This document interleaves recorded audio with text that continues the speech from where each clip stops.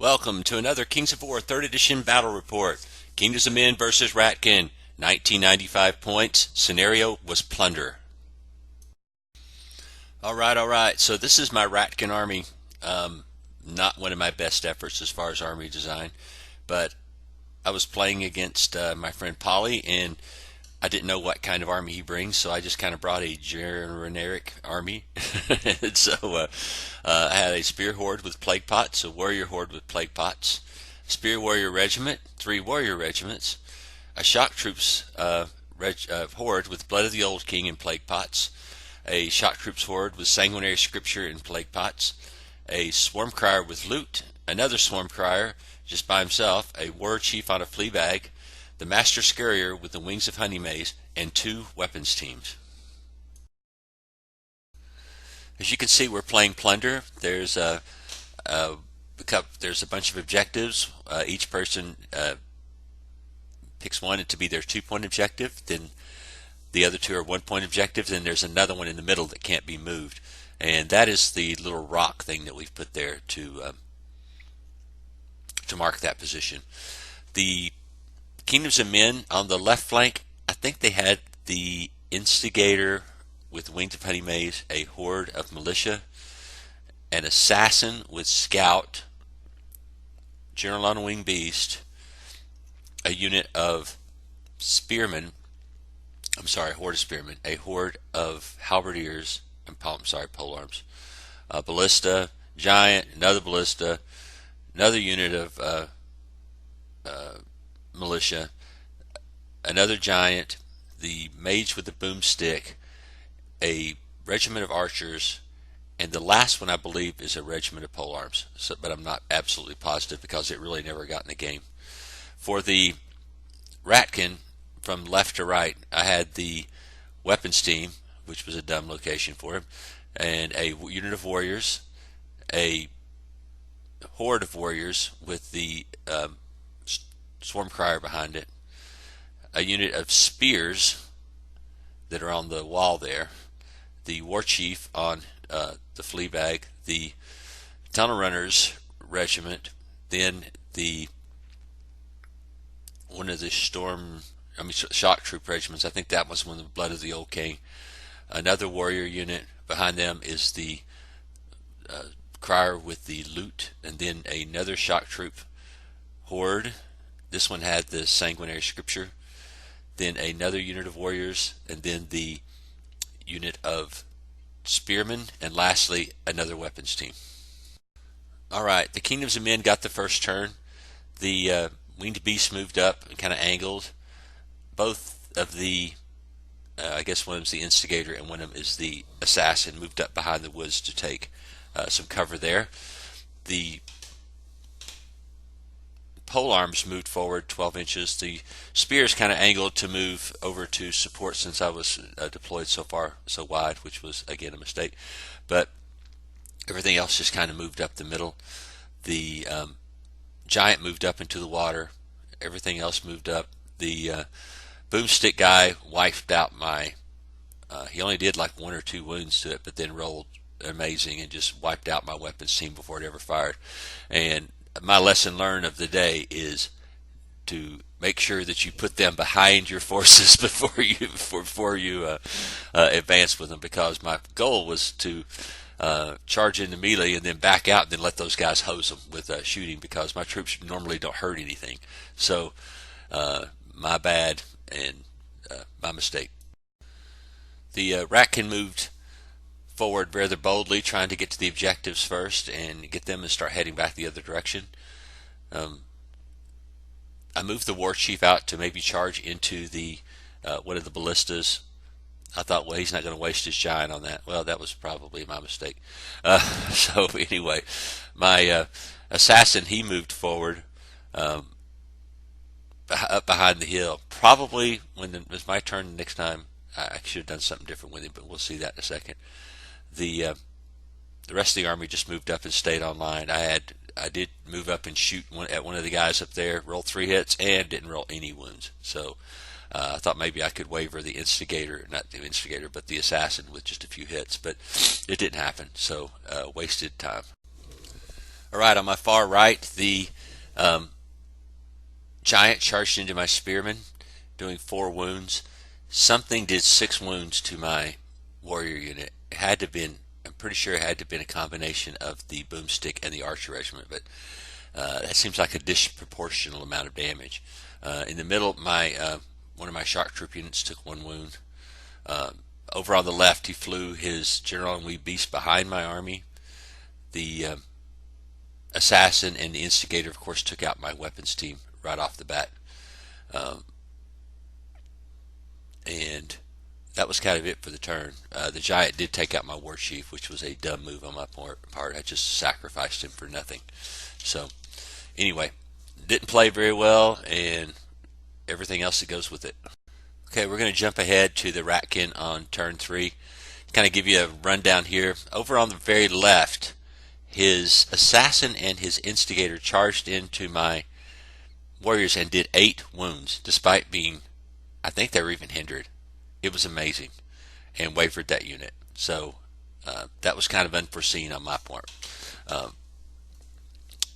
His general on a winged beast had charged into my unit there, and I think those are my spearmen. I had turned him around to face him. He took 1 bolt thrower shot and did 1 wound and wavered them. So they were doomed to begin with. I mean, they had no chance. Over on the right side, there was just a evolving battle trying to kill his giant. Eventually, the giant died, and I'm pretty sure both of my regiments, my spear regiment and my other regiment, died. My warrior regiment that charged him in the flank due to the archers. My assassin, he had finally got rid of one of the magic users, and then was going after. Got rid of both throwers, and then was going after his magic user, who had to be really careful because if he moved more than 5, he couldn't shoot. So I was setting him up for a good charge on the following turn, where he really couldn't do much about it. But you can already see the start of doom on my left flank. All right, this is on to Kingdoms of Men, turn 4. His polearms wiped out my had charged the spearmen in the back and destroyed them, of course. I mean, it kind of went without saying. From there, the general on a winged beast charged my shock troop horde in the flank, doing 6 wounds. I held off with the warriors for a turn up there, but I was up to 8 wounds from the spearmen, and I was about to take a flank charge from the militia horde. Down at the bottom, my tunnel runners had wiped out, I think it was a militia unit, and then they were in turn charged by a giant. All I could really do was spin around with my other shock troop unit that was there in the woods to try to get into melee somewhere else.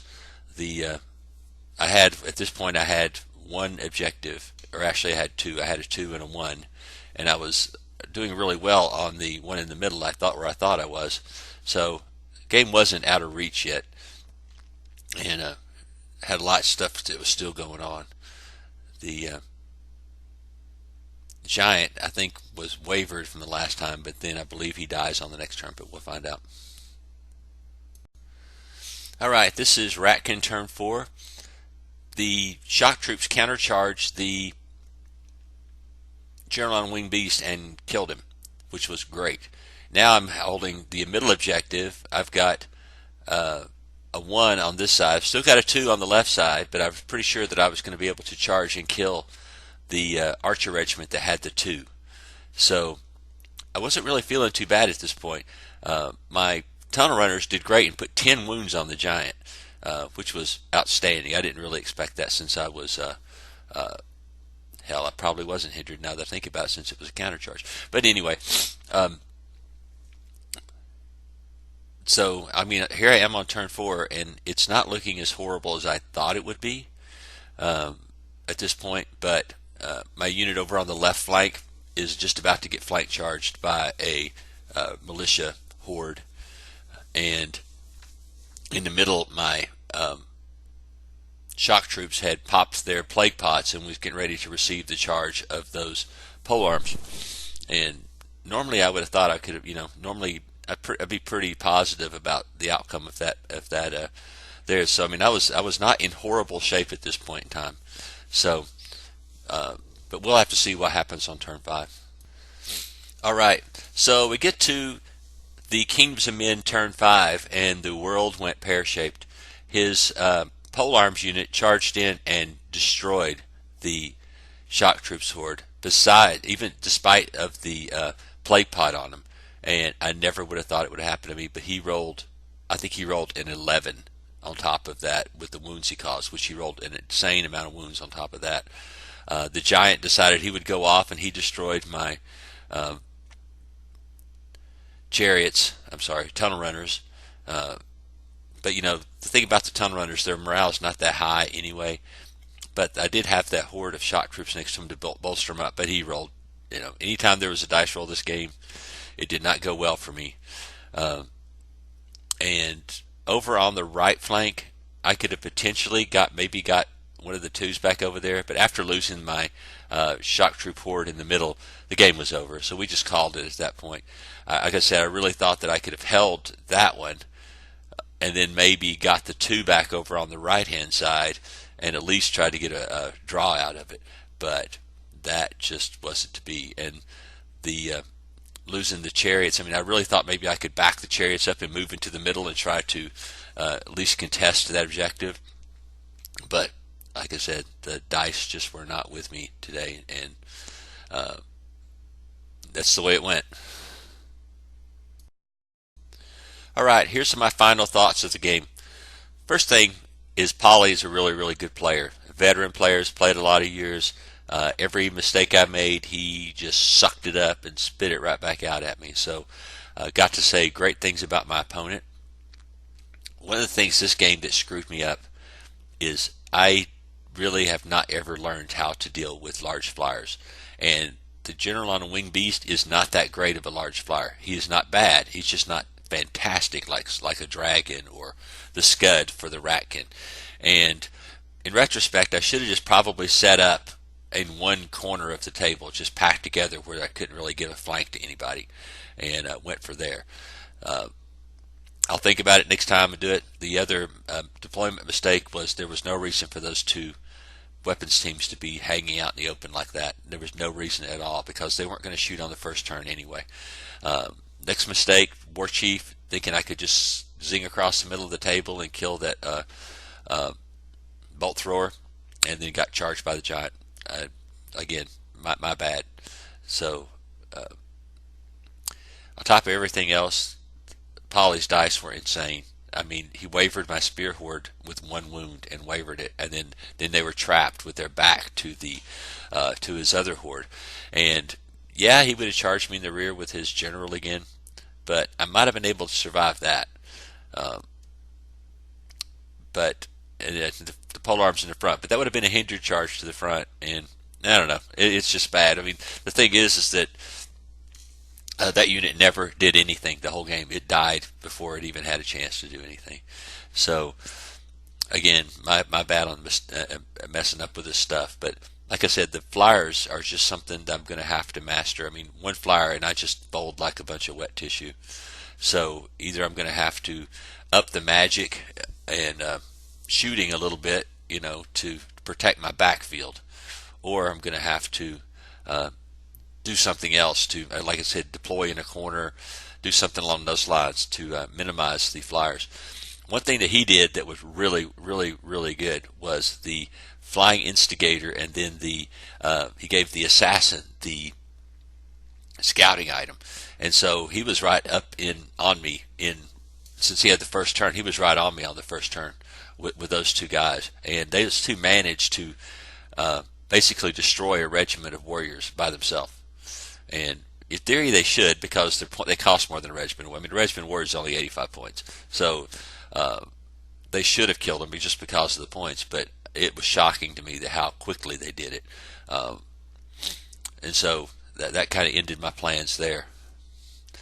The last thing, like I said, I just got to figure out how to fix my response to big flyers, because I just don't know what to do with them yet. And I think maybe next time that I will just deploy better into more of a corner, and then the other thing is I might change out that one swarm crier for something else for those points. I don't know yet what I would do with those points, but sacrificing my war chief early in the game was just dumb, and I needed that I'm sorry, that inspiring in this army, because every time, if he would have been alive toward the end of the game, I may have been able to survive some of those late charges, but he wasn't. So anyway, Polly just beat the crap out of me. Dice beat the crap out of me. I beat the crap out of me, and this is just one of those losses where you learn more from losing than you would have learned from winning.